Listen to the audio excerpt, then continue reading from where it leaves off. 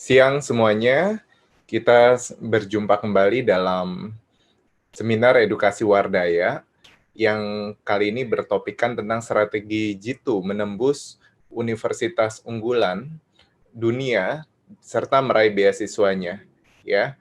Jadi pada kali ini seminar ini adalah kolaborasi antara Wardaya College dengan SMAN unggulan Muhammad Husni Tamrin, ya. Dan kita lihat bahwa SMAN unggulan Muhammad Husni Tamrin atau SMAN MHT sudah mencetak banyak peraih-peraih medali Olimpiade juga, siswa-siswi yang berprestasi di kancah nasional dan internasional, serta masuk ke perguruan tinggi unggulan baik dalam maupun luar negeri. Nah, pada kali ini ada perwakilan dari komite sekolah SMAN MHT, yaitu Pak Sapta, yang akan memberikan kata sambutan. Ya, untuk waktu dan tempat saya persilahkan. Terima kasih Pak Anton. Perkenalkan, nama saya Sapta. Saya orang tua murid dari SMA unggulan Muhammad Husni Tamrin. Anak saya di MHT nomor 05 dan juga 09. Jadi kalau di MHT itu kita gunakan nomor angkatan ya, sejak tahun 2009. Jadi ini pengalaman pertama kita kerjasama dengan Pak Anton Wardaya, dengan Wardaya College-nya. Pengalaman saya yang pertama berawal waktu anak saya join atau bergabung di SMA Negeri Unggulan Muhammad Husni Tamrin tahun 2013 yang pertama ya. Waktu itu anak saya ikut SMO, Singapore Math Olympiad 2 kali, dan waktu itu pembimbingnya adalah Pak Anton sendiri. Kemudian dari situ makin kenal dengan Pak Anton, dengan Wardaya College-nya. Kemudian kita persiapan untuk kelas 3 itu persiapan menuju ke perguruan tinggi, baik lokal maupun internasional ya. Waktu itu kami memilih beberapa universitas yang mungkin yang diimpikan oleh anak-anak saya. Yang pertama waktu itu yang kita lakukan adalah mendaftar untuk ikut bimbelnya Pak Anton. Walaupun waktu itu anak saya masih persiapan OSN itu, tapi kemudian daftarnya di bimbelnya Pak Anton untuk kelas top university. Akhirnya diterima oleh Pak Anton. Kita bimbel itu 2 kali dalam seminggu, ya. Kemudian kita dalam persiapan selama 5 bulan dari Juli sampai Desember, akhirnya kita daftar untuk 3 universitas di luar negeri, yaitu NUS, NTU, dan HKUS ya, Hong Kong Teknologi ya. Kemudian di sana kita diajarin semua untuk satu, yang pertama adalah banyaknya seminar yang ada dilakukan oleh Anton Wardaya College, dari alumni-alumni yang sudah bersekolah di luar negeri, berkuliah di luar negeri. Kemudian materinya sendiri khusus untuk persiapan ke luar negeri. Kemudian adanya konsultasi jurusan, ini yang menarik ya, Bapak Ibu-Ibu. Konsultasi jurusan itu kita belajar mengenai mata kuliah apa yang akan diajarkan di jurusan nanti, kemudian profesi apa yang akan peluang di masa depan ketika dia nanti lulus, dan juga kita lakukan seleksi dokumen, karena nggak semua dokumen yang disubmit ke perguruan tinggi itu diperlukan ataupun kurang berbobot itu. Jadi dibantu oleh Pak Anton untuk diseleksi dokumen yang pas untuk aplikasi. Bagaimana juga diajarkan saat aplikasi, seperti di NTU itu ada bagaimana untuk grant maupun tuition fee loan ataupun study loan pun diajarin. Bahkan waktu saat ujian, Pak Anton juga hadir di waktu tes ya. Waktu itu anak saya tesnya di Jubilee di Sunter. Pak Anton juga hadir di sana untuk memonitor murid-muridnya. Dan untuk terakhir kalinya, kalau anak kita lulus di tahap interview untuk beasiswa, kita anak-anak diajarin bagaimana menjawab pertanyaan para profesor ya. Itu penting sekali ya. Waktu itu dari 60 orang yang masuk ke NTU, 20 orang diundang untuk interview. Walaupun nggak lolos untuk interview scholarship, anak saya masuk dengan grant. Tahun 2016 ya, anak saya masuk di NTU, jurusan Computer Science selama 4 tahun. Alhamdulillah pernah sekali dapat Dean List, ya dapat Dean List. Kemudian lulus tahun ini di bulan Juni, 4 Juni kemarin dengan kondisi COVID, itu lulus 4 Juni dan tanggal 8 Juni alhamdulillah udah langsung masuk ke Shopee ya sebagai software engineer. Itu saja teman-teman, Bapak Ibu, supaya kita dapat informasi yang jelas dari Pak Anton seperti apa, bagaimana persiapan menuju kuliah di luar negeri. Itu Pak Anton yang bisa saya sampaikan. Terima kasih. Semoga pertemuan hari ini bermanfaat buat Bapak Ibu semuanya. Oke, terima kasih Pak Sapta buat kata sambutannya. Ya, kita tahu bahwa banyak sekali ya kesempatan yang sebenarnya terbuka untuk ini ya, untuk siswa-siswi itu bisa masuk ke perguruan tinggi yang unggulan ya di dunia ya. Oke, nah sekarang kita akan mulai seminar kita pada siang hari ini. Ya. Oke. Ya, ini pada kali ini saya akan membawakan tentang strategi Jitu menuju Universitas Unggulan Dunia serta meraih beasiswanya. Perkenalkan, saya adalah Dr. Anton Wardaya. Nah, saya adalah founder dan CEO dari Wardaya College dan yang mungkin salah satu pendiri dari Smart Unggulan MHT juga. Nah, kita memang rupanya ini saling berkolaborasi ya. Jadi Wardaya College dan Smart MHT juga sama-sama mempersiapkan supaya anak-anak ini bisa menuju universitas unggulan dunia serta meraih beasiswanya. Nah, ini gambaran singkat tentang profil saya, dan ini adalah yang saya selain menjadi dosen juga, saya menjadi pengusaha juga, dan saya juga memang selain akademik, tapi juga saya juga praktisi. Nah, ini berawal dari trip saya, dari waktu saya ke United Kingdom, yaitu Inggris, yaitu saya pergi ke Universitas Cambridge dan Oxford, ya, di mana ini adalah universitas nomor satunya lah ya di UK ya, dan ini merupakan termasuk top dunia ya. Nah, ini saya bertemu dengan murid-murid saya di sana, dan ini waktu saya di Cambridge University ini adalah pohon apelnya Sir Isaac Newton kononnya. Jadi, tapi ini cicitnya bahkan ya. Nah, ini adalah gambaran tentang universitas-universitas di UK. Nah, ini adalah saya lanjutkan lagi ke London, yaitu saya pergi ke London, yaitu saya ke Imperial College London, dan saya pergi juga ke University College London, ya. Nah, sesudah itu saya berkesempatan juga saya pergi ke Amerika. Di sini saya melihat MIT, Harvard, Berkeley, dan lain-lain ya. Jadi bahwa kampus-kampusnya keren-keren sekali, Bapak, Ibu, dan adik-adik sekalian ya di sana.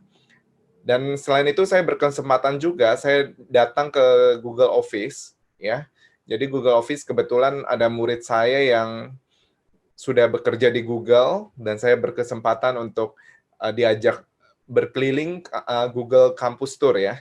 Dan ini saya melihat gimana Google itu kantornya seperti apa ya.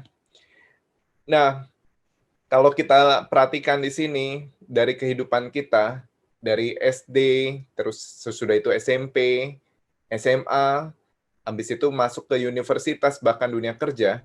Nah, kalau saya perhatikan titik terpenting dalam kehidupan itu terletak dari SMA menuju universitas. Bapak, Ibu, adik-adik sekalian, waktu kita ngelamar kerja, tidak ada yang ditanya SD-nya di mana, SMP-nya di mana. Minimal itu SMA-nya di mana. Atau bahkan kamu lulusan dari universitas mana. Nah, ketika kita memperoleh nilai yang bagus di SMA, kita akan dapat kesempatan untuk bisa melanjutkan ke perguruan tinggi atau universitas unggulan dunia. Sesudah universitas unggulan dunia, kita dapat nilai bagus, kita bisa masuk ke dunia kerja, industri, atau perusahaan yang lebih bagus juga. Nah, jadi saya selalu memberikan pengarahan kepada siswa-siswi yang masih kelas 10. Jadi tolong kalian walaupun masih kelas 10, tolong perhatikan rapot kalian. Kenapa? Karena ini akan menentukan kalian bisa diterima di universitas seperti apa, ya. Nah, ini adalah berikut adalah menurut World Economic Forum ada 10 top skill yang diperlukan di tahun 2020 ini dibandingkan tahun 2015. Tahun 2020 kompleks problem solving itu tetap menduduki nomor 1. Contohnya pada pandemi COVID ini ya, bagaimana banyak sektor yang terkena impact-nya. Nah, disinilah orang-orang yang bisa memberikan solusi, memberikan jawaban untuk masalah-masalah kompleks seperti ini, itu yang sangat dihargai. Jadi, mengapa kita penting belajar konsep, itu karena untuk membuat kita lebih mempunyai intuisi untuk menyelesaikan masalah. Critical thinking juga sama, creativity nomor 3. Nah, kalau kita lihat, misalnya negotiation di tahun 2015, itu masih menduduki nomor 5. Sekarang, negotiation di tahun 2020 itu menduduki nomor 9. Kenapa? Karena sekarang ini zaman teknologi, semuanya itu serba sudah transparan. Ya. Jadi kalau kita membeli barang dulu, waktu dulu kita membeli barang di pasar, kita mesti tawar harga ya. Berapa harganya. Nah, sekarang kita harus tinggal klik di Tokopedia atau Shopee atau apapun gitu ya, marketplace lainnya, kita tinggal tahu harganya berapa tanpa menawar-nawar lagi. Sama seperti ojek ya. Dulu kita harus nawar ke tukang ojeknya, nah sekarang tinggal pesan di Gojek atau Grab gitu ya, dan mereka langsung keluarin harganya. Nah, ini adalah beberapa pekerjaan yang diperlukan di tahun 2020 ya. Jadi kalau misalnya Bapak Ibu tanya, Pak, sekarang ini pekerjaan apa sih yang paling tren? Nah, ini saya tunjukin Bapak Ibu ya. Jadi kalau Bapak Ibu bisa mengarahkan anak-anak yang bisa ke machine learning gitu ya, atau data science, atau computer science ya. Ini salah satunya ya. Jadi bukan harus mesti computer science. Nah, tapi bisa juga ke arah ekologi, seperti itu ya. Nah, seperti ini, jadi ada beberapa yang kita lihat, ini yang diperlukan di tahun 2020 ini.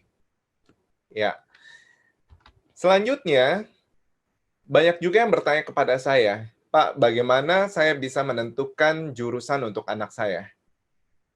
Nah, yang paling gampang dilihat, kalau Bapak Ibu ingin mengarahkan anak mau masuk jurusan apa, itu adalah berdasarkan yang pertama kali itu adalah menurut rapot. Ya. Tentu jurusan ini harus berdasarkan minat dan bakat sang anak terlebih dahulu ya. Jadi bukan dipaksakan berdasarkan tren. Bukan berdasarkan ikutan teman-temannya. Oh, sekarang lagi tren nih computer science gitu ya. Lagi tren data science, actuarial science. Tapi anaknya nggak pernah pegang komputer sama sekali. Padahal sekarang ini zaman terbuka, kita tinggal ketik-ketik-ketik gitu ya. Akhirnya bisa kita belajar dari YouTube ataupun sumber lainnya. Nah, selain itu, kita harus tahu juga bahwa sekarang ini karena zaman sudah terbuka informasinya, itu banyak jurusan baru yang ada di era digital ini. Misalnya, aktuaria, ya, data science, bisnis digital, ya. Ini adalah merupakan profesi-profesi baru yang sekarang ini sedang tren ya. Nah, tapi ini akan diperlukan sampai di kemudian hari kelak juga, ya. Nah, kalau kita mau tahu lebih spesifiknya, itu kita bisa tahu dari mana. Yang pertama itu adalah kita bisa lihat dari rapot anak kita. Anak kita itu lebih cenderung ke bidang apa? Rapot saya itu lebih cenderung ke bidang apa sih? Saya suka matematika. Ya tentu matematika saya, nilai saya lebih bagus. daripada pelajaran lain gitu yang selain fisika, biologi, kimia. Nah, mungkin saya bisa diarahkan ke jurusan matematika, bisa matematika murni, bisa juga matematika penerapan. Atau saya bisa juga ke aktuaria, ya. Tapi itu harus banyak statistiknya, harus suka dengan statistik. Atau saya juga dengan ke computer science, tapi saya mesti bisa komputer ya, bahasa pemrograman. Saya suka gitu ya. Saya bisa pelajari dulu terlebih dahulu. Nah, selain itu yang kedua adalah tes minat dan bakat. Ini sangat membantu sekali untuk mencari potensi anak Bapak Ibu sekalian sehingga bisa menentukan yang tepat, jurusan apa yang paling tepat. Jangan sampai salah melangkah. Karena psikolog ini kan dia punya sistem tes yang sangat terstruktur dan ketika mereka menentukan jurusan yang diperoleh berdasarkan hasil tes itu bukan yang main-main ya. Jadi mereka punya alat ukur yang jelas. Yang ketiga itu adalah konsultasi dengan guru atau wali kelas atau orang-orang yang punya pengalaman di bidangnya. Jadi Bapak Ibu bisa tanya ke guru bidang studi, Pak, anak saya ini apakah menonjol ya, misalnya di bidang ini. Nah, ini bisa ditanyakan langsung ke guru bidang studi ya, itu. Oke. Yang selanjutnya, sesudah jurusan, kita masuk lagi, bagaimana menentukan universitas yang tepat. Ada beberapa faktor yang menentukan, sehingga kita bisa menentukan, oh saya mau masuk universitas A, seperti itu. Karena saya melihat pertama, bisa dari ranking universitas. Ranking universitas itu Bapak Ibu bisa klik di topuniversities.com. Ini adalah website yang diupdate tiap tahunnya, sehingga Bapak, Ibu, dan adik-adik sekalian itu bisa melihat ranking baik dari yang luar negeri pun, bahkan di Indonesia pun, mereka sudah melakukan survei setiap tahun. Ya. Yang kedua adalah lokasi. Kadang-kadang banyak juga orang tua yang berpikir, kamu jangan kuliah jauh-jauh ya, nanti papa mama nih atau kami sebagai orang tua itu nggak bisa kunjungin kamu gitu ya. Tapi padahal anaknya sih maunya kalau bisa sejauh mungkin gitu ya. Nah, tapi ini kan istilahnya mesti deal antara anak dengan orang tua gitu ya. Jadi lokasinya katanya semakin dekat lokasinya itu semakin mudah dikunjungi oleh orang tua. Yang ketiga adalah kebudayaan. Kebudayaan itu biasanya mencari kebudayaan yang hampir sama dengan negara asal. Nah, saya punya murid itu yang dia suka dengan kebudayaan Jepang. Dari kelas 10 itu dia bilang, Pak, saya mau masuk ke Jepang. Saya sudah mempelajari kebudayaan Jepang itu seperti apa. Jadi, akhirnya memang dia masuk ke Kyoto University, ya sesudah lulus SMA. Yang keempat itu adalah beasiswa yang ditawarkan. Ada beberapa negara yang memang sudah menawarkan beasiswa penuh atau beasiswa yang parsial. Ya, jadi ini kita lihat lagi dari 4 faktor ini, rank universitas, lokasi, kebudayaan, serta beasiswanya. Nah, kita lihat lagi selanjutnya, ini adalah QS World Ranking dari tahun 2020. MIT, Stanford, Harvard, dan segala macamnya, kalau kita lihat, 10 top university di dunia itu sudah pasti berasal dari Amerika Serikat dan Inggris. Ya, ini ada Swiss satu ya. Tapi dominannya itu adalah Amerika Serikat dan Inggris. Jadi kalau kita lihat inovasi itu pertama kali, biasanya kalau saya perhatikan itu biasanya muncul dari negara-negara ini. Makanya kita harus belajar juga bagaimana kita bisa berinovasi. Nah, sedangkan NUS NTU itu menduduki peringkat yang nomor 11 ya. Oke. Nah, selanjutnya nanti bisa update-nya sampai Bapak Ibu bisa lihat di topuniversities.com. Nah, computer science pun juga seperti itu ya. Kalau saya mau melihat, oh saya mau masuk MIT, nomor 1 di dunia, nomor 1 juga di computer science. Nah, berarti persaingannya tentu lebih ketat lagi. Nah, jadi bisa juga Bapak Ibu bisa melihat, misalnya Waterloo. Waterloo mungkin dia secara rank mungkin nggak termasuk top 50 in the world, tapi untuk matematika, computer science, dan actuarial science, Waterloo itu adalah termasuk top 10, ya. Jadi harus dilihat. Business school juga sama, ya. Jadi kalau saya mau masuk misalnya ke Nanyang Business School atau NUS Business School, ya itu harus dilihat lagi peringkatnya juga. Nah, ada juga banyak yang bertanya, Pak, dokumen apa sih yang saya perlu siapkan ya untuk mendaftar universitas? Ya tentu yang perlu diperhatikan adalah rapot kelas 10 dan 11. Ya, makanya tadi saya sudah bilang dari awal, kalian yang duduk sudah di kelas 10, jangan menganggap bahwa saya masih kelas 10, masih ada 2 tahun lagi saya mendaftar universitas gitu ya. Nah, itu adalah pandangan yang salah. Karena istilahnya kalau kalian naik taksi, argonya itu udah jalan. Ya. Jadi jangan menganggap remeh kelas 10 dan 11, karena ini yang sangat dibutuhkan untuk masuk ke universitas. Ya seperti NUSNTU itu membutuhkan nilai matematika, fisika, biologi, kimia, bahasa Inggris untuk jurusan IPA. Nah, ada juga yang bertanya, Pak, butuh nilai TOEFL atau IELTS atau SAT nggak ya?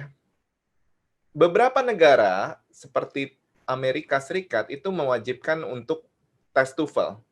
Kalau untuk negara persemakmuran Inggris itu memang membutuhkan nilai IELTS. Bahkan untuk Amerika itu beberapa top university itu memang mereka minta SAT, ya. SAT itu lebih susah lagi daripada TOEFL, ya. Jadi tolong mempersiapkan diri dengan sebaik-baiknya, karena jangan sampai nanti waktu deadline pendaftaran diminta nilai TOEFL atau IELTS atau SAT ternyata belum persiapan, ya. Dan jangan takut juga karena ini adalah batas waktu masa kadaluarsanya expired-nya itu TOEFL, IELTS, dan SAT itu adalah 2 tahun. Nah, yang ketiga adalah personal statement atau esai. Personal statement atau esai itu sangat gimana kita bisa mengevaluasi diri kita, apa yang mau dilakukan sesudah ini dalam kehidupan kita. Jadi ini adalah introspeksi diri kita juga untuk kita melangkahnya seperti apa habis ini, ya. Jadi misalnya describe yourself, ceritakan tentang dirimu. Nah, itu sangat membantu sekali kita untuk melihat siapa diri kita saat ini, ya. Selanjutnya, sertifikat lomba akademik atau non akademik. Ini merupakan nilai plus ya. Jadi merupakan nilai plus bagi kalian yang mempunyai, misalnya kalian menang Olimpiade Sains Nasional atau bahkan sampai sudah internasional. Itu beberapa universitas itu memang memberikan kemudahan untuk orang-orang yang sudah mempunyai medali internasional. Jadi mereka bisa directly masuk. Nah, tapi kalau untuk jenjang nasional saja mereka tetap mesti harus tes juga. Nah, tapi kalau misalnya anak saya dia demennya nyanyi gitu ya, atau demennya sport, olahraga, itu gimana Pak? Ya itu juga bisa dimasukkan Bapak Ibu ya. Jadi nggak tertutup kemungkinan untuk anak-anak yang memang berprestasi di lomba-lomba seni, olahraga gitu ya. Jadi nggak harus mesti science atau math gitu ya. Nah itu bisa menjadi nilai plus juga. Nah selanjutnya itu adalah surat keterangan aktif di organisasi atau kegiatan sosial. Ini kenapa? Karena universitas itu mereka pengen supaya anak-anak yang mau masuk itu adalah anak-anak yang balance, bukan yang cuma belajar doang, ya. Jadi ini yang sangat diperlukan ketika kalian SMA, kalian aktiflah misalnya di OSIS, di panitia gitu ya, atau misalnya kalian nggak di sekolah, kalian bisa mungkin di komunitas-komunitas lingkungan rumah, misalnya di pengajian, misalnya di persekutuan, dan lain-lain. Ini sangat membantu sekali, ya. Yang selanjutnya adalah surat rekomendasi dari bisa kepala sekolah, guru bidang studi, atau guru BK. Itu adalah sangat diperlukan, kenapa? Karena mereka lah yang menjamin bahwa anak ini memang punya kredibilitas bahwa dia dapat menyelesaikan studinya selama di universitas tersebut. Nah, tolong kalian cari guru-guru yang memang mengenal kalian sampai detail, ya. Jadi mengenal siapa saya itu. ya. Oke, next. Nah, saya kasih contoh, misalnya NTU, Nanyang Technological University. Ini adalah universitas unggulannya Singapura, gitu ya. Dan ini kalau kita lihat setiap tahunnya itu ada 5.000 mahasiswa yang diterima, dan itu adalah sekitar 800 mahasiswa internasional. Jadi kalau kalian pengen nembus nih ke NTU, itu persentasenya benar-benar harus kalian sangat ketat sekali ya. Jadi persiapannya untuk masuk, untuk mau memasuki misalnya untuk ke NTU atau yang mengikuti tes masuknya NTU, kalian harus persiapan dengan baik, ya. Dan ini adalah college-nya ya, yang fakultas-fakultas yang ada di dalam NTU. Selanjutnya, NTU itu biasanya tiap tahunnya itu menerima pendaftaran itu dari tanggal 15 Oktober sampai dengan 15 Desember. Nah, kalian akan sesudah itu nanti di bulan Januari itu ada panggilan untuk ikut UEE, University Entrance Examination. Jadi kalau misalnya nilai kalian memenuhi untuk masuk ke UEE-nya mereka, dipanggil untuk UEE mereka, kalian akan ada email bahwa kalian akan dipanggil, ya. Nah, sesudah itu biasanya nanti UEE itu University Entrance Examination ya akan diadakan di akhir Januari atau awal Februari. Tempatnya di Jakarta atau Singapura. Nah, kalau mereka bilang Singapura itu memang bilang tidak perlu TOEFL atau IELTS atau SAT. Ini bukan berarti tidak ini ya. Kalau kalian punya TOEFL atau IELTS atau SAT itu adalah nilai plus buat kalian. Ya. Jadi kalian kalau mau ikut tesnya pun, tes Inggrisnya pun standarnya adalah standar TOEFL, IELTS atau SAT. Nah, ini adalah gambaran biaya kuliah tahun 2019. Jadi tahun 2019 itu semua jurusan itu sekitar kalau dirupiahkan sekitar 190 juta per tahun. Nah, untuk beberapa jurusan yang di bawahnya itu membutuhkan biaya sekitar 210 juta. Untuk kedokteran itu sekitar 760 juta. Nah, tapi ini ingat ya, ini adalah biaya yang bersubsidi. Kalau tanpa subsidi gimana? Berarti mesti bayar 340 juta. 380 juta. Jadi setiap orang yang diterima di NTU itu memperoleh namanya subsidi. Subsidi ini itu nanti kalian harus ada ikatan kerja 3 tahun di perusahaan-perusahaan yang terdaftar di Singapura. Nah, kalau perusahaannya misalnya di Indonesia gimana, Pak? Atau di luar negeri selain Singapura? Ya bisa saja, asal perusahaan itu terdaftar di Singapura. Misalnya kayak Shopee. Shopee kan ada di Indonesia. Padahal itu adalah perusahaan yang registrasinya di Singapura. Itu silahkan, bisa dilakukan. Nah, estimasi biayanya gimana? Biayanya itu adalah sekitar, berarti kalau dirupiahkan, itu total-total adalah sekitar 9 juta sampai 16 juta. Ini 9 juta yang standar banget ya. Jadi tergantung kalian hidupnya itu seperti apa. Ya. Nah, kalau kita lihat, wah ini biaya lumayan fantastik gitu ya, istilahnya ya. Tapi tenang aja, bahwa Singapura itu memberikan banyak kemudahan. Banyak kemudahan. Ya, termasuk beasiswanya Bapak Ibu dan adik-adik sekalian. Nah, saya akan cerita habis ini beasiswanya. Nah, kenapa sih anak-anak Indonesia itu banyak sekali di istilahnya salah satu yang paling banyak dicari oleh banyak negara. Pertama, Indonesia itu populasi terbesar keempat di dunia, yaitu 260 juta sampai 270 juta. Bahkan tahun 2025 kita akan menghadapi namanya bonus demografi. Ya, usia produktif itu jauh lebih besar daripada usia non produktif. Bahkan waktu saya ke Amerika itu, dia tahu saya dari Indonesia. Dia bilang, wow, Indonesia is a strategic country, dia bilang. Bahwa mereka punya slot untuk anak-anak Indonesia. Ya, untuk masuk. Misalnya kayak ke Harvard, terus ke MIT, terus ke Yale, dan lain-lain. Itu mereka bilang mereka punya slot. Nah, ini sayang sekali kalau kita tidak mempergunakan kesempatan ini dengan sebaik-baiknya. Dan kalau kita lihat, PDB kita termasuk yang tertinggi di dunia, ya. Jadi termasuk yang istilahnya karena penduduk kita banyak, ya, minimal kita dari konsumtif penduduk setempat, ya, penduduk di Indonesia. Makanya PDB kita termasuk yang tertinggi di dunia. Yang selanjutnya adalah mereka melihat bahwa dari 260 juta sampai 270 juta ini ternyata banyak anak-anak Indonesia yang berprestasi, berpotensi. Ya, saya sering memimpin tim-tim Indonesia untuk ke Olimpiade-Olimpiade.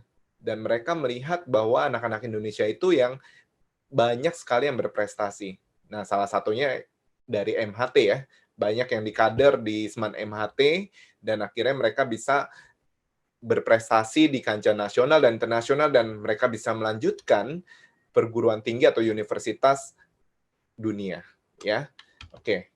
Nah, kita perhatikan lagi jenis beasiswa yang ditawarkan, itu ada berbagai macam. Itu ada beasiswa Singapura, nanti saya akan kasih ya beberapa contoh ya, beasiswa-beasiswa yang ada. Jadi ini adalah beasiswa Singapura, itu menanggung semua biaya kuliah dan biaya hidup kita selama di Singapura. Coba bayangkan yang tadi 190 juta itu sudah ditanggung sama pemerintah Singapura, ya. Jadi tanpa itu mereka berarti anak kita bisa kuliah di universitas nomor 1 dunia, nomor 1 Asia dan nomor 11 dunia, ya. Selain itu sekarang ini Chinese Government Scholarship juga memberikan beasiswa juga untuk international student, ya. Selanjutnya untuk Hong Kong itu tersedia lagi beasiswa Belt and Road Scholarship. Untuk pemerintah Jepang, mereka menyediakan namanya beasiswa Mombuso.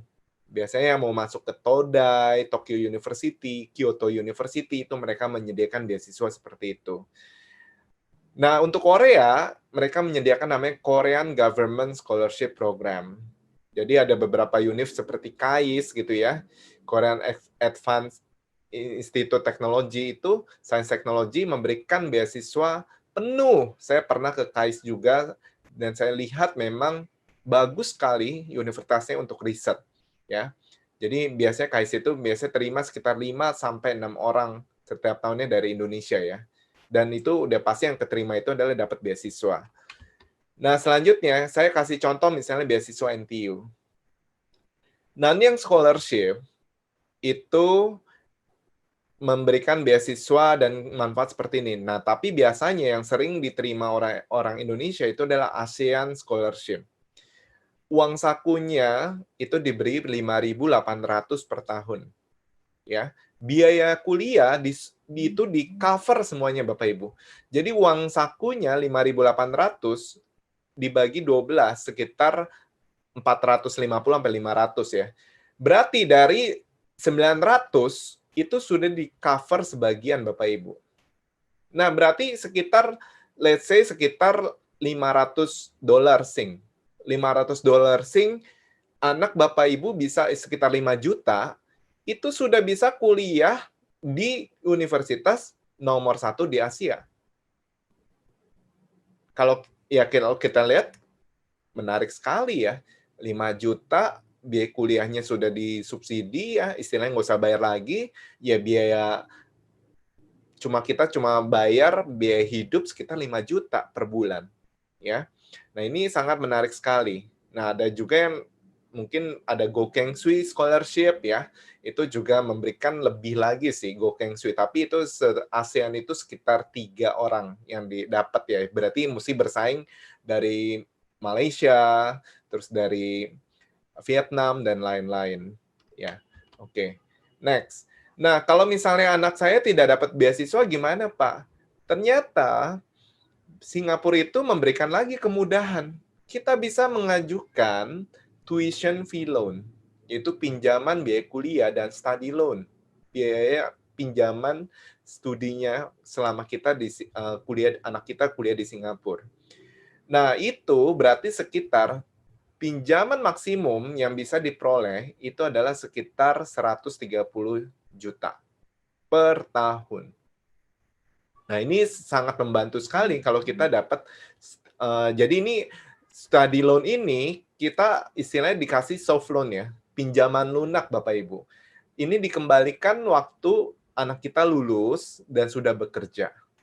Jadi ini pun kalau dihitung-hitung bunganya sangat kecil sekali, ya. Nah, kalau Bapak Ibu pengen tahu lebih lanjut tentang ini, saya kasih contoh NTU ya Bapak Ibu ya. Ini Bapak Ibu langsung bisa QR code ya, scan QR code-nya di sini, atau bisa langsung ke website-nya atau ke email-nya langsung di sini, ya. Jadi ini saya cerita NTU seperti ini, NUS kurang lebih sama, ya, kurang lebih ya. Oke, next. Nah, sekarang pertanyaannya gimana? Ya tadi kan menarik sekali. Wah, menarik sekali. Anak saya bisa kuliah di nomor satunya Asia, cuma bayar 5 juta per bulan. Itu kan menurut saya kemudahan yang diberikan sangat menarik sekali ya. Nah, ini bagaimana cara mendapatkan beasiswa? Ada 2 faktor yang mempengaruhi, yaitu yang pertama itu adalah akademik. Akademik dan non-akademik. Jadi kalau kalian yang punya prestasi, baik juara kelas, juara umum di sekolah, itu mendapatkan prioritas untuk masuk serta memperoleh beasiswa kuliah. Kalau peraih medali Olimpiade juga sama, bahkan peraih medali Olimpiade Internasional untuk NTU dan NUS, itu mereka mendapatkan kemudahan yaitu bisa directly masuk. Ya. Tapi kalau beasiswanya nanti berdasarkan hasil interview. Maka ini saya kupas satu-satu ya. Nah, ini makanya peraih medali seperti International Mathematics Olympiad, Physics, Biology, Chemistry itu ditawarkan IOI ya, informatik juga ditawarkan bisa kemudahan bahkan ditawarkan beasiswa penuh. Nah, non-akademik bagaimana? Kalian jangan melupakan bagian non-akademik. Jadi, saya nggak mau deh, nggak mau aktif di organisasi atau di sekolah. Nah, itu kenapa? Nanti waktu kalian wawancara, interview beasiswa, itu pasti ditanya. Selama kalian SMA, apa yang kalian sudah lakukan? Kegiatan apa yang kalian sudah lakukan selain belajar? Nah, itu kan pertanyaan kan mesti jelas ya. Istilahnya kalau kita jawabannya kita nggak pernah ngalamin, ya tentu akhirnya jadi kita jawabannya juga salah-salahan aja. Nah, itu kan akhirnya menentukan bahwa akhirnya kita jadi susah untuk mendapatkan beasiswa. Jadi, tolong kalian selama sekolah, aktiflah, kayak gitu loh. Makanya tadi Pak Warnoto ya, waktu di depan Kepala Sekolah MHT sudah bilang juga, bahwa selain akademik, attitude juga menentukan. Ya, karena kalian nanti waktu kerja itu bukan cuma dilihat dari skill kalian ya, tapi attitude, tim kerjanya, teamwork ya, dan lain-lain. Itu sangat dilihat sekali. Jadi mereka pengen supaya siswa-siswi yang masuk ini adalah siswa-siswi yang balance. Bahkan nanti ketika kalian mau supaya, kan kalau NTU itu 2 tahun udah pasti dapat dorm ya, asrama. Nah, tapi bagaimana yang selanjutnya? Mereka minta siswa-siswa itu ngumpulin poin dari kegiatan-kegiatan CCA, curricular activity. Kalau misalnya nilai nggak mencukupi, berarti siswa-siswi itu harus keluar dari dormitorinya. Nah, itu. Nah, selanjutnya kita lihat lagi dari tes masuk sama interview. Tes masuk ini, bagaimana saya mesti dapat nilai setinggi-tingginya? Ya belajar dari soal-soal tes masuk ya. Nah, karena tes masuk seperti NTU-NUS atau Jepang ya, yang membutuhkan tes masuk, itu kalian harus belajar materi-materi kurikulum internasional. Kenapa? Kalau istilahnya, kalau kalian cuma belajar kurikulumnya nasional, sedangkan misalnya Singapura kan pakai kurikulum Cambridge A-Level. Nah, kan kita harus mengikuti kurikulumnya mereka. Nah, itu kalian harus persiapan dengan sebaik-baiknya, yaitu materi-materi yang akan diteskannya itu. Kenapa? Supaya dapat nilai setinggi-tingginya. Kalau misalnya nilai setinggi-tingginya, itu akan dipanggil nanti tahap berikutnya, itu tahap interview. Nah, sesudah interview gimana? Sesudah ada email interview. Anak saya dipanggil interview. Nah, persiapan interview beasiswa. Nah, kalian bisa tanya senior-senior gitu ya, yang sudah pernah mendapatkan beasiswa atau pernah diinterview beasiswa. Ya mungkin pertanyaannya kurang lebih sama ya. Kenapa sih kamu pengen masuk ke universitas kami gitu ya? Atau kamu mau pengen masuk jurusan ini kenapa? Apa yang pengen kamu lakukan setelah kamu lulus? Nah, itu yang kalian harus benar-benar kuasai supaya apa? Supaya kalian bisa meyakinkan bahwa saya lah yang layak untuk menerima beasiswa ini. Ya, karena persaingannya kan sangat ketat. Untuk masuk aja ketat, apalagi beasiswa. Ya, oke, next. Nah, makanya ini saya dapat kesempatan, saya pergi ke salah satu sekolah, ya, waktu 2 tahun yang lalu di China, itu cherish the very few opportunity in our life to strive our dream. Jadi kita harus meraih kesempatan-kesempatan dalam kehidupan kita untuk meraih mimpi-mimpi kita. Jadi jangan berpikir, masih ada kesempatan lain, masih ada kesempatan kedua, ketiga, dan bahkan ke 1000. Kalau kalian udah tahu tes masuk itu bulan Februari tanggal 15, kalian nggak pernah persiapan. Habis itu kalau pas nggak keterima, ya aduh nyesel deh. Ya nggak bisa lagi, karena kesempatan tes masuk cuma sekali itu, nggak diulang-ulang. Ya, oke. Makanya ini waktu saya datang ke sekolah di China, itu adalah my university is my dream. Ya bahkan di MHT bisa dibikin kayak gini ya. Karena MHT kan udah banyak nih universitas-universitas yang alumninya keterima nih di berbagai universitas. Nah, ini dipasang di sekolahnya. Ini. Jadi mereka kasih, ini padahal bukan di kota Beijing ya. Saya datang itu di kota yang di pelosok ini. Udah alumni itu udah masuk ke MIT, Harvard gitu ya. Saya lihat nih logo-logonya ya. Oke, next. Itu ini gedung sekolahnya di China. Ini waktu 2 tahun yang lalu loh ya. 2 tahun yang lalu saya datang, terus habis itu saya datang hari Minggu Bapak Ibu. Hari Minggu mereka masih belajar. Ini kelas 12 lah ya anggapannya. Terus saya tanya ke salah satu anak. Ini kamu belajar sampai hari Minggu? Dia cerita lah bahwa bukan cuma hari Minggu doang. Kalau hari biasa itu bisa sampai jam 9 malam. Ini sekolah ya Bapak Ibu ya. Ini sekolah nih gedungnya. Ini kalau hari Minggu mereka bilang mereka itu di kelas 12 itu masuk juga. Terus saya bilang, "Ini kenapa kamu melakukan ini?" Dia bilang, "Ya kalau kami nggak melakukan seperti ini, kami nggak bisa mengubah nasib kami." Ya coba aja nih, ini aja mereka sudah lakukan seperti ini, satu kelasnya bisa 50 orang ini, saya lihat. Nah ini, ya. Makanya kalau misalnya kalian, waduh ini, karena kenapa? Titik terpenting itu di kelas SMA itu, bahkan kelas 12 itu titik terpenting ya. Bukan cuma kelas 12, kelas 10, 11 ya juga. Kenapa? Kalian harus berjuang untuk masuk ke perguruan tinggi terbaik. Ketika kalian bisa masuk perguruan tinggi terbaik, kalian bisa kerja dapat pekerjaan yang bagus juga. Ya. Oke, makanya kita lihat kunci kesuksesannya apa nih? Jadi orang lihat, wah, kalau misalnya dia kok bisa masuk ke universitas misalnya kayak MIT, Harvard, atau NUS, NTU. Ya kan kita mesti belajar juga dari orang-orang yang sudah berhasil gitu ya. Nah, kita mesti set goal, yaitu kita mesti berani mimpi. Buat target dan goal dalam hidup kamu. Ya, kalian harus bikin. Keluar out your comfort zone, keluar dari zona nyaman kalian. Ya, istilahnya kalian mungkin selama ini tidur bisa 10 jam gitu ya, tidur. Nah, sekarang dengan kalian misalnya mau masuk ke perguruan tinggi bagus, berarti kalian mengurangi waktu istirahat kalian. Misalnya cuma 6 sampai 7 jam gitu ya dalam sehari.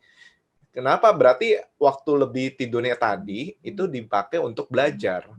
Nah, kalau yang selanjutnya, kalau udah pasti tidak mencoba, itu sudah pasti gagal. Saya pernah ada murid ya, saya lagi itu anak ini pesimis gitu ya, Pak, aduh saya kayak kalau coba NTU ya, saya udah pasti kayak udah minder duluan gitu ya, udah minder duluan. Di hari-hari terakhir, last minute, Saya bilang, udah, namanya James ya. Saya bilang, James, kamu harus coba. Kamu harus coba, saya bilang. Kalau kamu nggak coba, sudah pasti 100% gagal, saya bilang. Ya udah, akhirnya tuh tanggal 15 Desember tutup, dia itu tanggal 13 Desember baru submit. Submit ke NTU. Tuh. Ya udah, akhirnya dia bilang, udah nih Pak, saya udah submit. Orang tuanya udah ngomong juga gitu ya. Nah, terus habis itu dipanggil tes, habis itu ternyata nilainya itu waktu udah dipanggil tes dia menggebu-gebu. Wah, saya udah dipanggil tes, saya mesti nunjukin yang terbaik saya. Belajarnya kata orang tuanya belajar dari pagi sampai malam gitu ya. Nah, itu akhirnya dia dipanggil untuk interview. Ya, interview beasiswa. Jadi karena anak ini memang kan anaknya aktif juga ya, maksudnya aktif di organisasi juga waktu SMA. Waktu interviewnya dia bisa menjawab sehingga si profesor ini terimpress dengan dia dan akhirnya dia bisa dapat beasiswa itu. Ya. Jadi kalau kita udah pasti nggak coba, udah pasti 100% gagal. Ya. Nah, makanya itu bermimpi. Nggak ada yang melarang kita untuk bermimpi kan, karena bermimpi itu gratis. Ya, oke. Yang kedua, disiplin. Jangan berdoa supaya impianmu itu sesuai kemampuanmu. Lebih tinggi mana Bapak, Ibu, adik-adik sekalian, anak-anak sekalian? Impian atau kemampuan?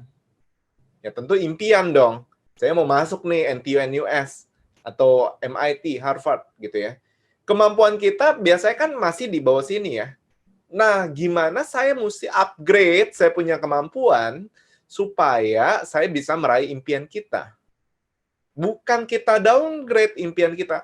Udahlah, ini terlalu tinggi impian kita. Ya udah deh saya turunin lagi. Turunin akhirnya sama dengan kemampuan kita. Nah, ini yang saya bilang. Kuncinya adalah disiplin. Ya.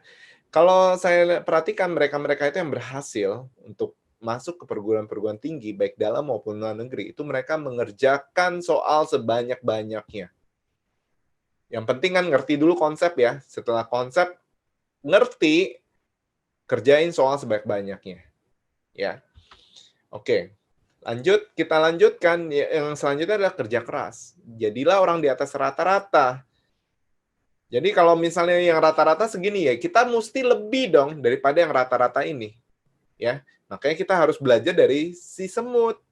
Semut itu kan dari pagi, siang, malam tuh selalu bekerja terus gitu ya. Ya ini makanya saya bilang komitmen buat taat untuk bekerja keras ya. Makanya ada ilustrasi siput masuk ke dalam bahtera Nabi Nuh gitu ya. Istilah dengan ketekunan. Dulu waktu zaman Nabi Nuh gitu ya, ada air bah gitu ya. Ada gajah, harimau gitu ya, dengan cepatnya gitu ya. Mereka bisa masuk ke bahtera Nuh dengan cepat. Nah, tapi ada sepasang siput gitu ya, masuk perlahan-lahan. Nah, akhirnya masuk deh, Mas. Selamat nggak siputnya? Ya selamat, karena kenapa? Dia tekun. Ini ilustrasi aja. Jadi kalau misalnya kita bisa itu karena apa? Karena kita terbiasa. Ya, oke. Jangan lupa kita berdoa kepada Sang Pencipta kita. Ini yang selalu saya tanamkan kepada anak didik saya. Jadi sepintar-pintarnya kalian, tapi kalian tidak ingat Sang Pencipta, itu sama aja bohong. Saya bilang, kenapa? Karena kita akhirnya menganggap bahwa diri kita udah yang paling super power, gitu ya, udah paling super pintar. Nah, ingat bahwa kita diciptakan dari Yang Maha Kuasa. Ya, makanya selalu ada istilah bekerja dan berdoa, ya. Oke. Nah, ini yang selalu saya motivasi untuk anak-anak yang anak-anak muda sekarang ya. Ini saya bawa ibu saya ke tembok China ya. Itu perjalanan itu adalah perjalanan yang paling sulit menurut saya. Kenapa? Karena waktu saya ini bawa mama saya ke China, itu saya tidak pakai tour gitu ya. Istilahnya saya tidak ikut tour dari Indonesia, tapi saya ikut tour, maksudnya ikut city tour-nya aja di sana. Nah, tapi di sana ternyata mama saya kan pengen sekali melihat tembok China itu seperti apa. Karena saya punya moto seperti ini, kesuksesan saya itu harus lebih cepat daripada hembusan terakhir orang tua saya. Maksudnya ini bukan berarti saya mendoakan orang tua saya, mama saya cepat meninggal, enggak. Karena saya mesti lebih cepat lagi sukses, gitu. Nah, ketika kalian punya target seperti ini, saya ingat siapa yang harus saya bahagiakan? Orang tua saya. Nah, kalian pasang foto di meja belajar kalian. Foto keluarga kalian, foto orang tua kalian. Kenapa? Ini memotivasi kalian supaya kalian mesti meraih impian itu secepat-cepatnya. Sehingga kenapa? Karena kesempatan itu belum tentu datang lagi, ya. Jadi tolong pergunakan itu dengan sebaik-baiknya, ya. Nah, makanya saya punya slogan seperti ini. Jika kamu tidak mengambil kesempatan itu, ya orang lain yang akan ngambil kesempatan itu. Ya kan orang zaman sekarang pengen masuk kan ke universitas bagus gitu ya. Terus apalagi mau dapetin beasiswa. Kamu nggak ngambil, orang lain yang pasti ambil. Itu, makanya jangan, istilahnya kalau orang berlari gitu, jangan lihat ke belakang terus gitu ya. Kalau bisa pakai kacamata kuda gitu ya, lari secepat-cepatnya. Itu, supaya kita bisa konsen dan fokus dengan tujuan kita. Nah, yang kedua adalah jika kita tidak pernah mencoba, kita udah pasti gagal. Kita tidak akan pernah mendapatkannya, ya.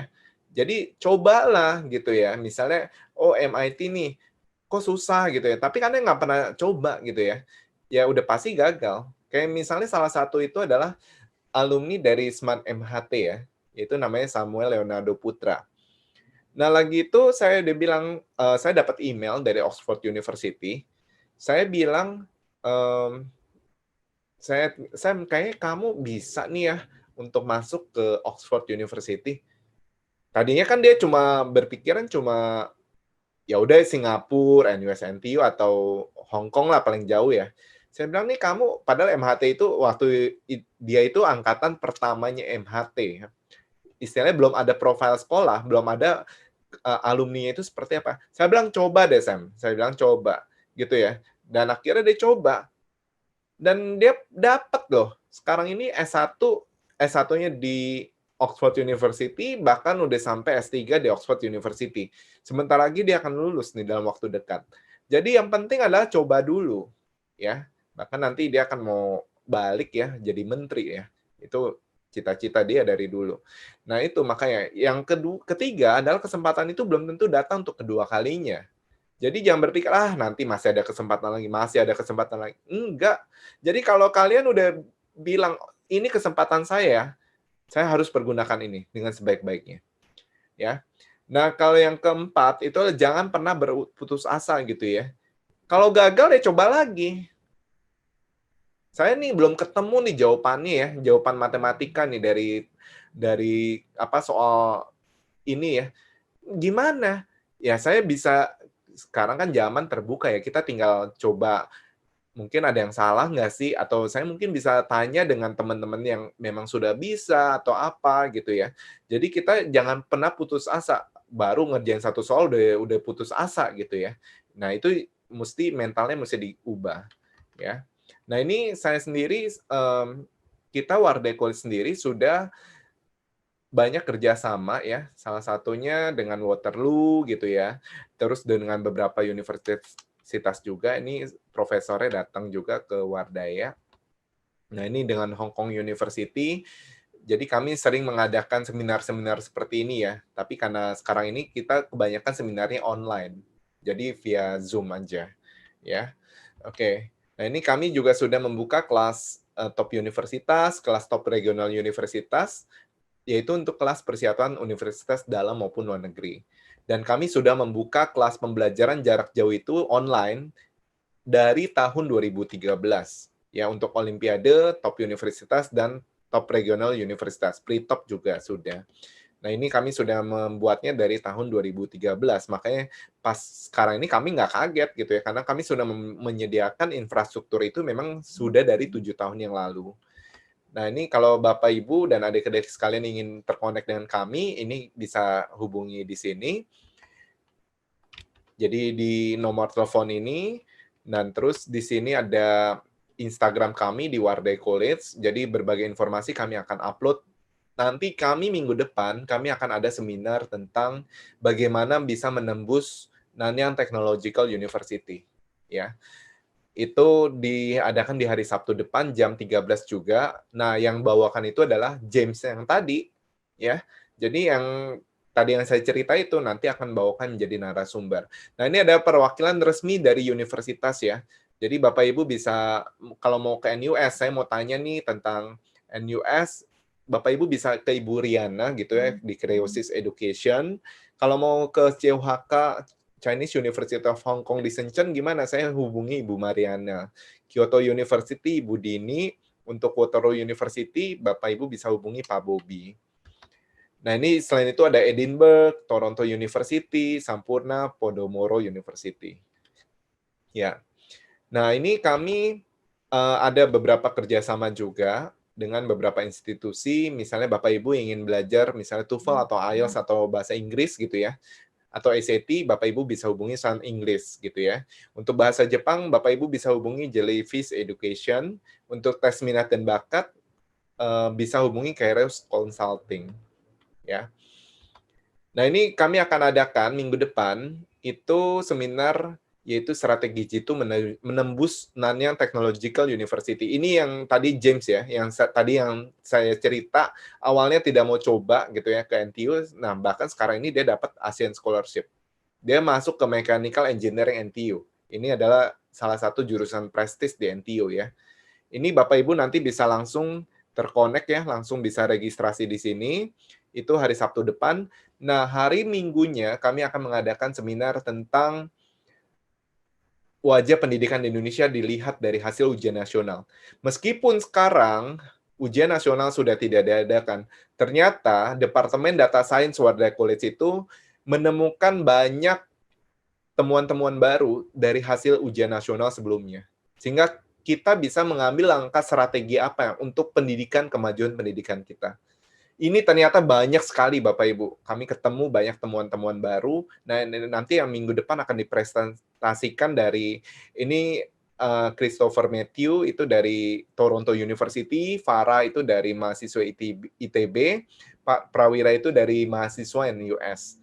Ya, nanti Minggu jam 15 sampai 17. Ini semuanya seminar ini gratis ya Bapak Ibu, tinggal Bapak Ibu registrasi di sini aja ya. Oke, next.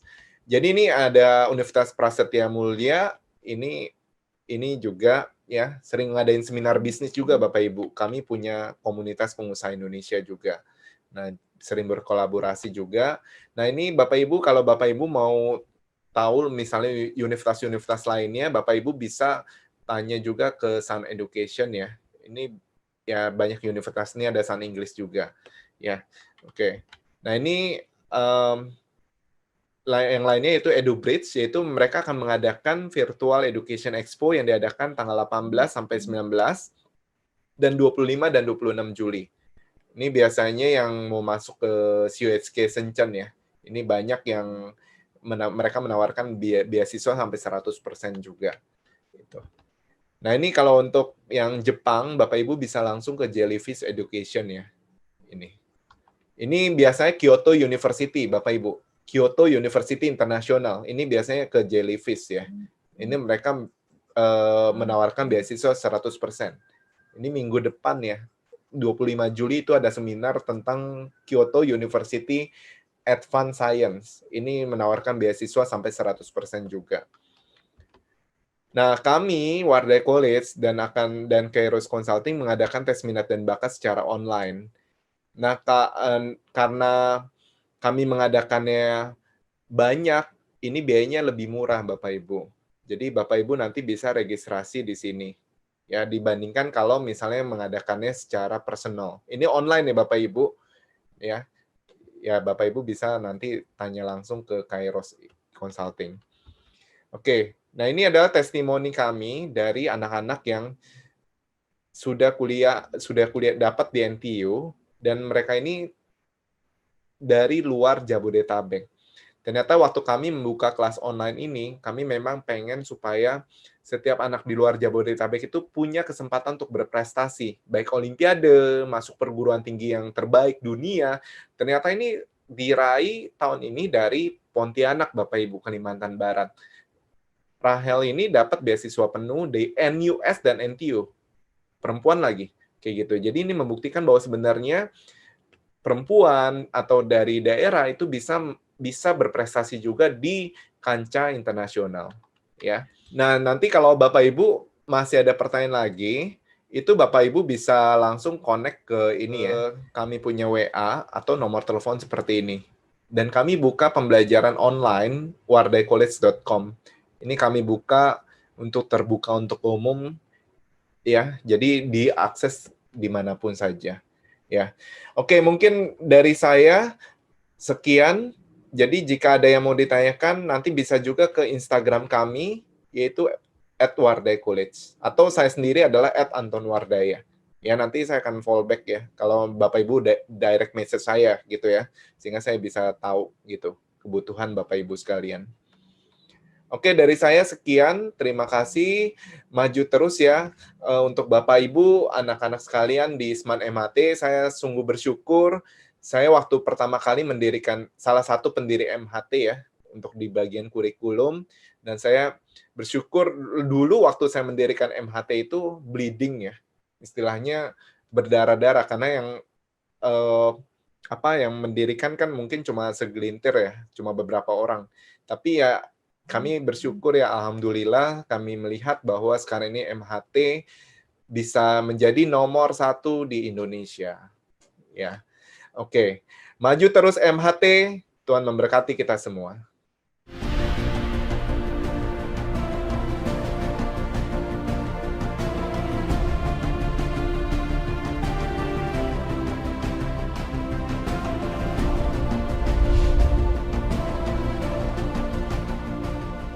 Selamat datang di SMA Negeri Unggulan Muhammad Husni Tamrin. SMA Negeri Unggulan Muhammad Husni Tamrin atau sering disebut SMANU MHT adalah SMA negeri yang berdiri sejak tahun 2009 dan berada di wilayah daerah khusus Ibu Kota Jakarta. Sebagai sekolah unggulan, SMANU MHT didirikan untuk menampung anak-anak usia sekolah yang memiliki kemampuan di atas rata-rata. Dengan menempati area seluas 41.000 meter persegi, SMANU MHT memiliki fasilitas serta sarana dan prasarana yang memadai untuk mendukung baik proses belajar mengajar maupun pembentukan karakter siswa. Sehingga diharapkan lulusannya kelak dapat menjadi calon-calon pemimpin bangsa yang unggul dalam bidang sains, terampil, sehat jasmani, berkarakter yang dilandasi iman dan takwa.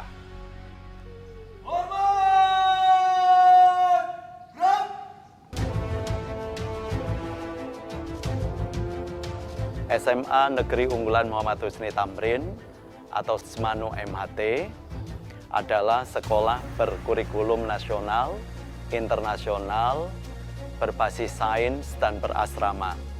Untuk kurikulum di SMANU MHT yang internasional adalah kurikulum Cambridge dan Olympiad.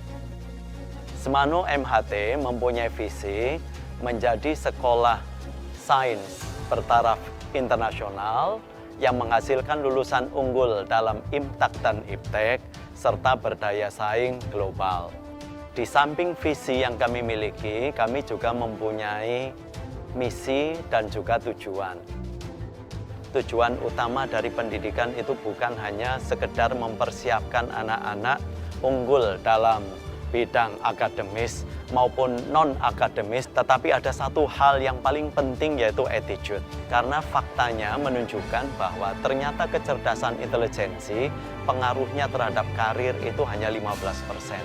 85% itu attitude, kejujuran, disiplin, tanggung jawab, dan lain sebagainya. SMANU MHT menerapkan sistem boarding school atau sekolah berasrama, sehingga para siswa lebih fokus dalam memperdalam ilmu dan lebih mandiri.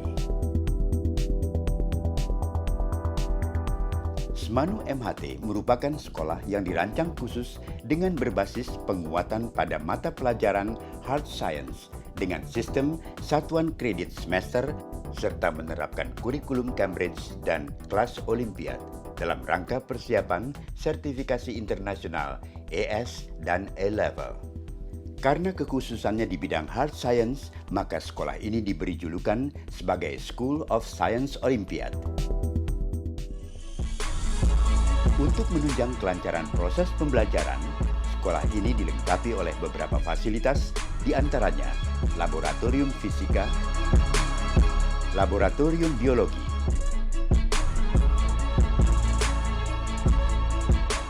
laboratorium kimia,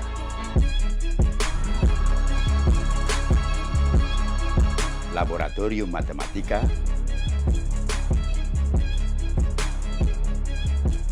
laboratorium bahasa, dan laboratorium komputer.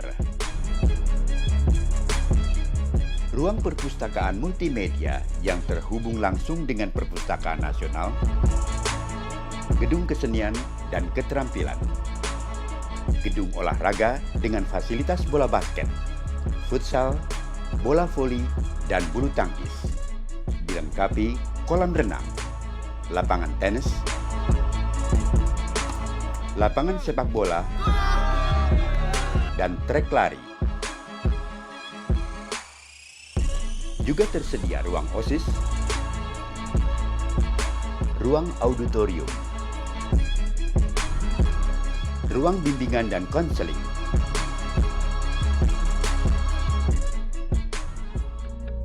ruang kesehatan atau UKS,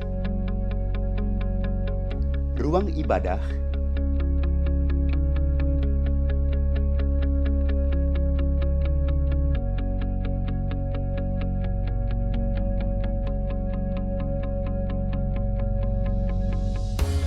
ruang komite sekolah, ruang koperasi, serta kantin. Di samping itu, Smanu MHT mempunyai kelas khusus yaitu Samsung Smart Learning Class yang didukung oleh Samsung Electronic. Kata unggulan tidak hanya didefinisikan dengan hal intelijensi saja. Di sini, kita juga dididik untuk dapat berorganisasi dan berinteraksi. Untuk itu, OSIS adalah wadah yang tepat untuk kami, siswa-siswi SMA Negeri Unggulan Muhammad Husni Tamrin, untuk dapat berlatih dan berkembang dalam hal tersebut. Dan kita juga tetap melaksanakan tugas seperti siswa sebagaimana mestinya. Untuk memberikan pembekalan berorganisasi, menyalurkan bakat serta latihan kepemimpinan, Smanu MHT memiliki berbagai kegiatan ekstrakurikuler, di antaranya basket, robotik, paduan suara, pencak silat,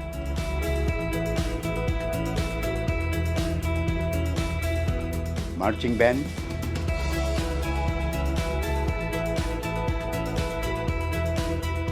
tari tradisional,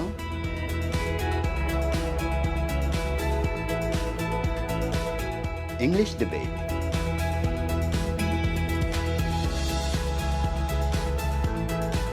pramuka,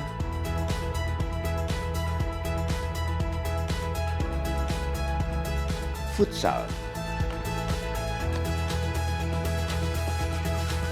paskibra,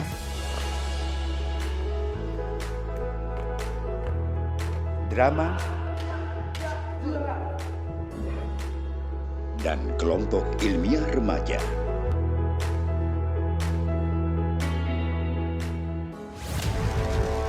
Sebuah usaha pastilah akan menghasilkan suatu prestasi. Inilah wujud prestasi nyata SMA Negeri Unggulan Muhammad Husni Tamrin. Untuk meraih ranking 1 itu luar biasa sulit di angkatan saya, sehingga saya lebih memilih alternatif lain, yaitu mengikuti Olimpiade. Alhamdulillah saya dapat penghargaan yang luar biasa, dapat medali emas di APO Rusia serta di IPO di Indonesia. Dengan Olimpiade ini saya bisa mendapat universitas yang bergengsi, yaitu di Hong Kong di HKUST. Kegiatan reguler yang diadakan setiap tahun adalah Tamrin Olympiad and Cup atau TOC yang diikuti oleh sekolah-sekolah dari seluruh Indonesia. bukan hanya kompetisi dan prestasi, tetapi juga berbagi ilmu dan pengalaman. Dengan kerjasama semua pihak, baik Dewan Guru, siswa, komite sekolah, orang tua murid, dan Dinas Pendidikan DKI Jakarta, diharapkan SMA Negeri Unggulan Muhammad Husni Tamrin akan terus menjadi SMA unggulan yang berkomitmen bukan hanya prestasi, tetapi juga menjadikan siswa berkarakter, berkompeten, dan berakhlak mulia.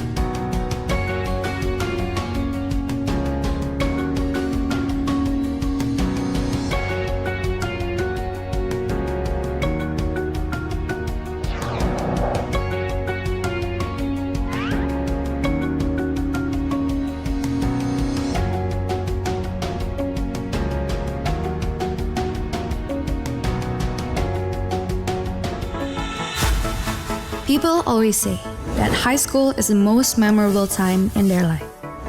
And they are right. It is so memorable and beautiful, it made us forget about the next step. The next step, university.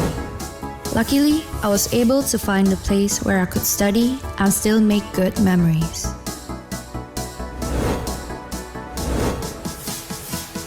We always like to say that the future is still miles away. Therefore, we tend to forget about it. But after this place, it all changes. Because of this place, I feel more reassured about the future.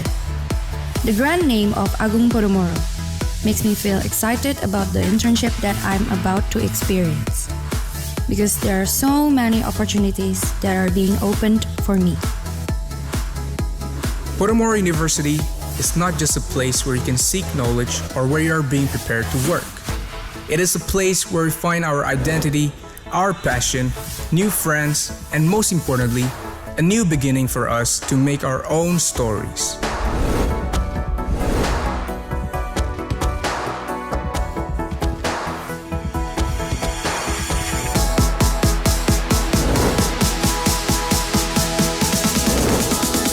Generasi muda perancang gagasan, jadikan pendidikan sebagai pedoman. Kami mahasiswa, mahasiswi berbudi, sang penjaga budaya, wujudkan harmoni. Kita harapan bangsa, cerdas dan setia, berbudaya Indonesia, menggapai cita-cita. Podomoro University, tempat kami menuju. Podomoro